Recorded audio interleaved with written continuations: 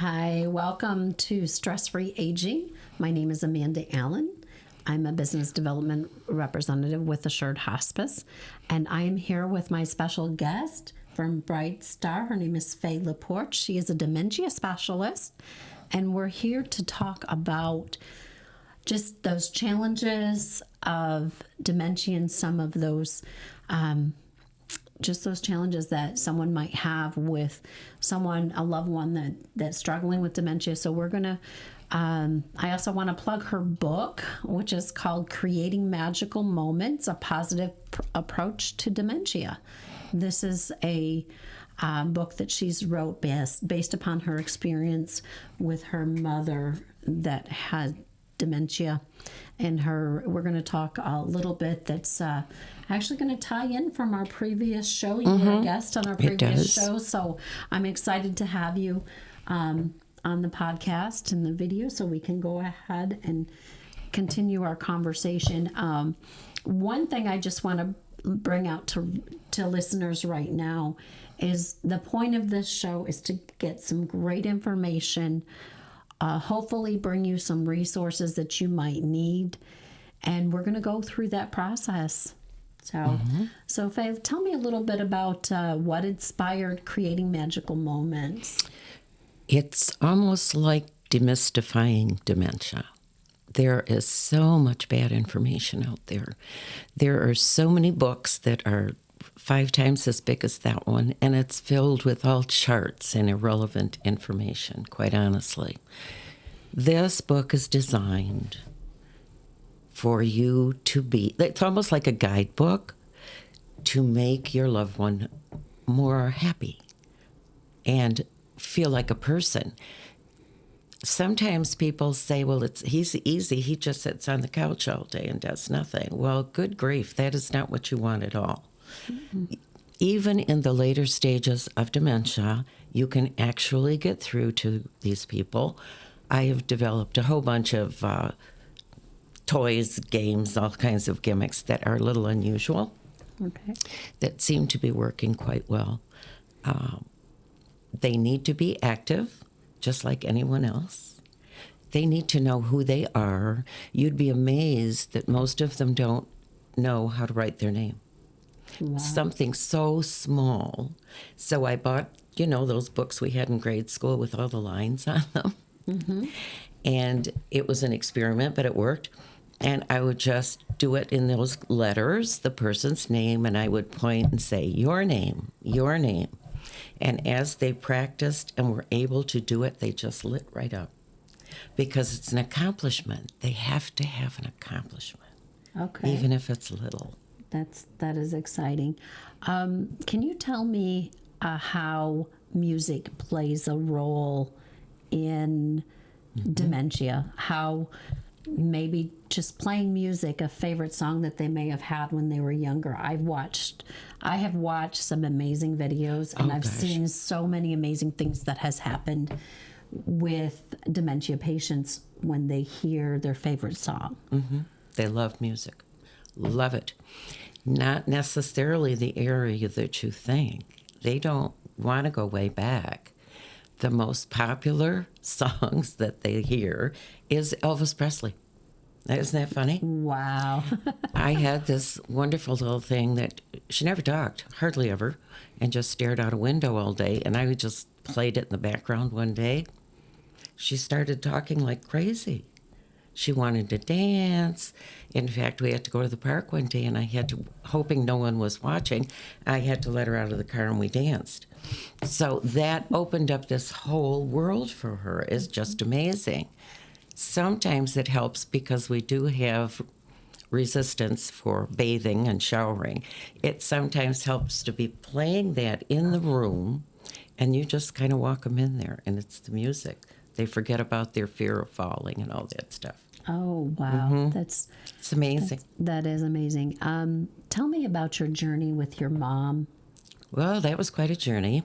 I knew nothing about dementia. In fact, I'm not even sure when we realized she had it. She used to steal lipstick in Kmart's, and I just thought, oh, well. But that was the beginning of it. And then I noticed she was getting worse and worse. She got lost one day. She had vascular dementia, which is, there's no violence to that one. Okay. But so many little things happened. I had moved her in because I was afraid of her being by herself. And you don't realize how much you don't pay attention. And she was in Depends. And one day I happened to walk past the bathroom, and she's washing out the Depends. And the reason being, she had had a little accident in them and was afraid for me to see that. So I thought, gosh, I must be mean or something. It changed my whole perspective. Okay. My whole thinking that you really have to pay attention. They have a personality too. Their feelings get hurt. It's a whole different way of thinking, quite honestly. Yeah. This is something, let me tell you about a phone call that I received the other day. It was a phone call from a gentleman who talked about his journey with dementia with his wife, who he is partner for 50, 60 years that he's been with her. And the fact that she doesn't recognize who he is anymore. The fact that he doesn't know what to do. You know, he takes care of her, but she has these violent tendencies.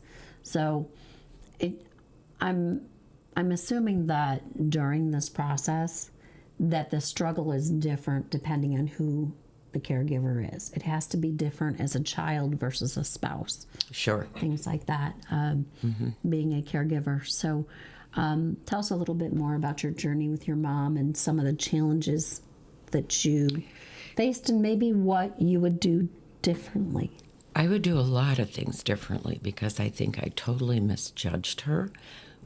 After the years went on and I realized she was just bored sitting there, she had always been a knitter, so I had her knitting these little squares.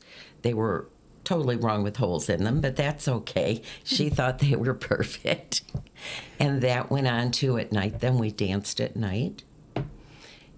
She didn't get real sick until the very end, and she'd had a bad fall. So all the things that I thought of, a lot of them are in the book that worked.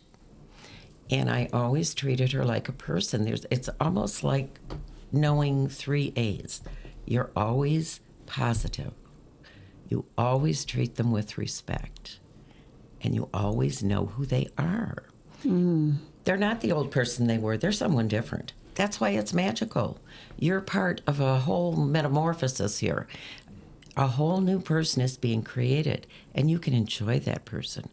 Tiny little things that you do, you know it's gone through to them because what you'll see is a little smile or a little twinkle in the eye, and that's what you're going for. That smile and that twinkle. Moments. Yep, they're magical. Okay. You mentioned playing games, playing music, getting them busy, not letting them just sit there. I think that many caregivers might think that it's better to just sit somebody in front of a TV. That's true. And just let them sit there. Yeah, because then they're no trouble. They're like babysitter, and the TV. Yeah, exactly. And I mean, that's what we do with our children sometimes. We sit them in front of the TV. That's true, so they don't drive you crazy, the right? iPhone or the, some type of technological device. But so we did a show earlier and we talked about the power of touch. Can you tell me? Oh gosh. Like, I know that you've experienced that in some of your seminars. You can kind of tell me about touch. Touch is the language. It's a language. Touch always means love, I care for you, can I help you? Touch will diffuse a bad situation. Just a little bit of a touch. And you know yourself, you like a hand sometimes or a hug. All of those things happen just from a touch. And a smile all the time. And look right at them. If they're sitting on a couch next to you, you've lost them totally. They have to be across from you. Okay. And you have to picture a 4-foot box that you're in with them at each end. Okay. Now you can see their eyes and they can see yours. Okay. Much more successful. So body language, let's talk about that a little bit. Getting through to someone that has dementia or Alzheimer's, what is the best mode of communication? It really depends on the situation itself. As I said, get right in front of them, but you've really got to be a little detective as well, because you have to look at what they're doing today. Do they look all scrunchy? Do they look upset? Are they rubbing an elbow or a knee that maybe they've hurt? Sometimes it's as simple as they've got their socks on the wrong feet. You know, those tube sock things are terrible if they're on the wrong feet. Or maybe they've got something on backwards. How do you approach them to correct it, or do you just let them keep it that way? It depends what it is. If it's their shoes are on the wrong feet, you never want to embarrass them. So I always say, you know what, can I fix your socks for a second? One is falling down. And as you're fixing the sock, you're changing the shoes. Now they don't even know, right? Okay. Never embarrass. Okay. That is, and this part is something that is huge, because in nursing and in that background, and sometime when you're a caregiver, a lot of times we use pet names, honey and sugar and things like that. Can we address those pet names that we use with people that are older than us, our elders? I think pet names are totally insulting. People have a name, they like it used, and especially dementia people. Use their name. Oh, honey, I'm going to get this for you. That irritates me. Does that not irritate you? It irritates a normal person, so it definitely. It, though. I have to I admit have too. that I have done that, and then I had to realize that. I'll tell you what. I saw this video. I think it was one of our partners that we've worked with, and it was an assisted living, and in front of each resident, it says, "Don't call me honey, my name is." Oh, "Don't call me sweetheart, my name is." I like that. They had all of the different residents held up their sign of who they are. And that's part of the goal. They want to be a real person. That's exciting. Absolutely. It's just it's little things that we do that we don't realize that we do, and I think we need to look at that in another avenue. Can we talk about what kind of resources maybe are available that you know about that you didn't take advantage of when your mom was going through this? Oh my gosh, there's so much. The Alzheimer's Association has some wonderful things. They started an art program 1 year, and it's a class only for dementia, Alzheimer's people, and they can make a pot, they can paint a painting. It's twofold because it's socialization, and the second greatest thing is they're creating something. And some people have found, and I encourage paints and canvases, that they really paint well. In one nursing home, they had quite a few people that after they tried the painting, they were all artists, and people were buying these paintings. They were that good. Wow. And that's exciting. That's cheap, you know, $1 at the dollar store. All that type of stuff is in the book. Instead of what you usually see in these books is there's 100 ideas and they just list them. You can do all these things, blah, blah, blah. Well, in here, everything that is suggested tells you how to do it, where to pick up the supplies, so that you know exactly what you're doing. That's really exciting. Let's talk about the care itself, because dementia is a disease that it's a long process. Many times, yes. It's a long process. They may start losing weight because they're not eating, things like that. So we talked about on a show earlier about the Mythbusters of hospice. So with Assured, we do have dementia patients that we've admitted. So Let's go into a little bit more detail as to what those benefits would have been for you if you would have. I wish I would have known portion control, very important, because again, they want to clear their plate, they can't. Too much food. The biggest thing is, if you watch them and you put a plate in front of them, what you're going to find is they're only hitting the back end of that plate. You can't really see the whole plate. So they're not that, wonderfully put together as we are at this point. So as they're scooping, Okay. they're scooping the back of that plate because it's put out too far. It's way out here. Okay. You've got to pull that plate in as far as it'll go and not fall on the floor. Okay. And they can hit that whole plate. Okay. Would it help to turn the plate once You can they've do that. actually It kind of depends cleared on the some of their person. food? Because again, you don't want to embarrass them. Right. So if you can do it, slyly, Okay. that would work. Or just put it in the right place. You don't want to. You've said that a couple of times. You don't want to embarrass Never. them. I think that is so important, and I want to hear just a little bit more of about those? that. Just those little gems that we might be able to give some of our listeners out there. Absolutely. Tips. Can we just talk about some of those those little dementia tips or Alzheimer Yes. tips of someone? Never scold. Never scold. Okay. Never say, don't do that, you're doing it wrong. Okay. Never ask questions. They don't want to answer a question. They don't want to give you the wrong answer. What about redirecting? Redirecting is important if they're having a bad day or there's something going on that is they're frustrated. You can redirect with a lot of things. It could be something simple like holding a doll. A lot of the women like to hold dolls, or going for a walk, things like that they like. Okay. What about the caregiver that's stressed out, that's frustrated that mom doesn't recognize her anymore? Do putting pictures in front of them help? Sometimes, you should always have pictures laying around. Okay. And again, don't ask them questions. Everybody takes the picture. Do you know who that is? Do you know who that is? No, they don't know who that is. It's better to say, look, there's Aunt Billy over there, or Uncle Joe. It doesn't matter, does it, if they don't know who they are in the picture? They're Right. still realizing it's family. They just don't Right. know who they are. Right. So that's so you're just okay. reminding. Absolutely. So is reminding a big key? Reminding, Doing it without. remind carefully. Okay. And that, is part of the scolding thing.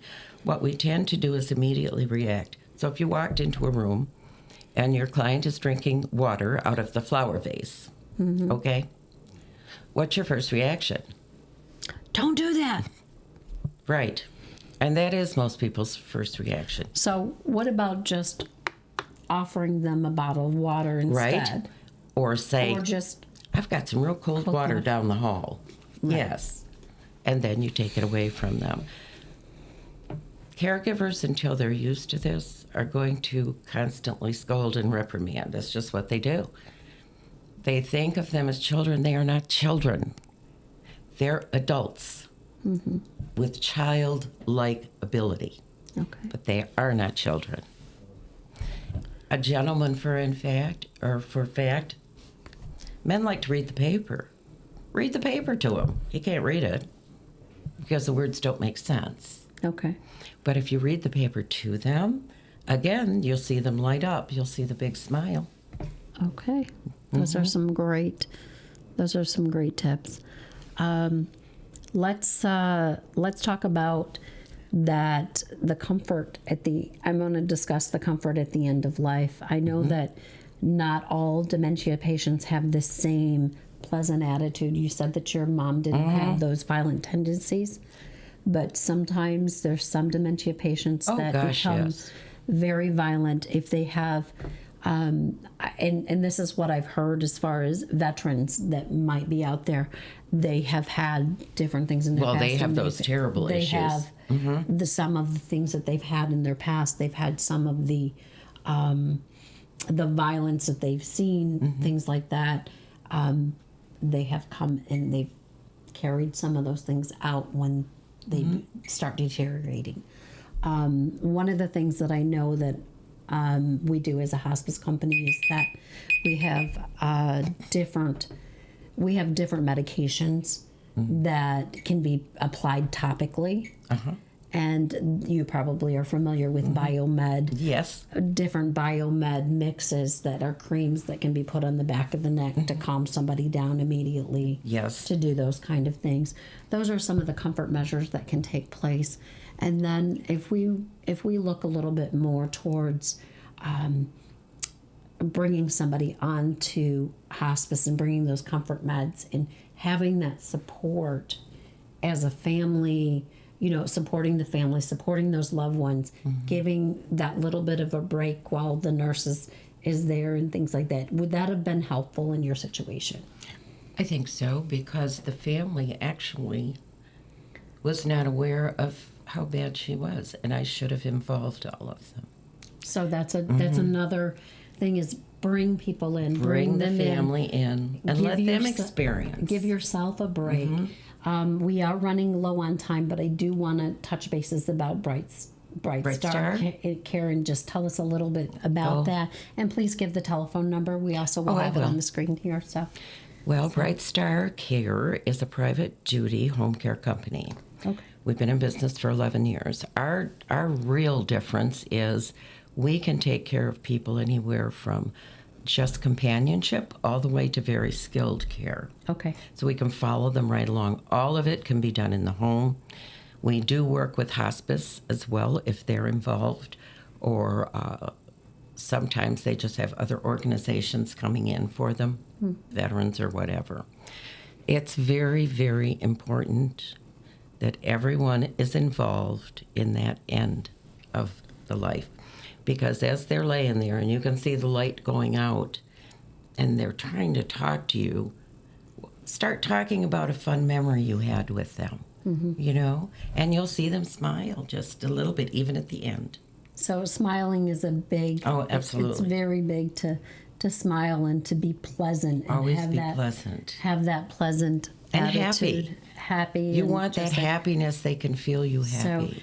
So, I want to close with this. I have a word that I've used for many years, and I use it for hospice, and I say it a lot. I believe that making that decision for hospice, or in your case, even as a caregiver, being intentional every day, having intentional moments. I like you saying creating magical moments, but I think that as a caregiver, when we wake up, having those things of saying, let's just be intentional about doing this today. Yes. Let's do this on purpose because it's important. Yes, let's have a really good day for Mom, or for our client Susan, or let's set the atmosphere ahead of time. Let's be intentional, and I think that's so important. I really I do a lot of workshops and things, and that is probably some of the most important stuff.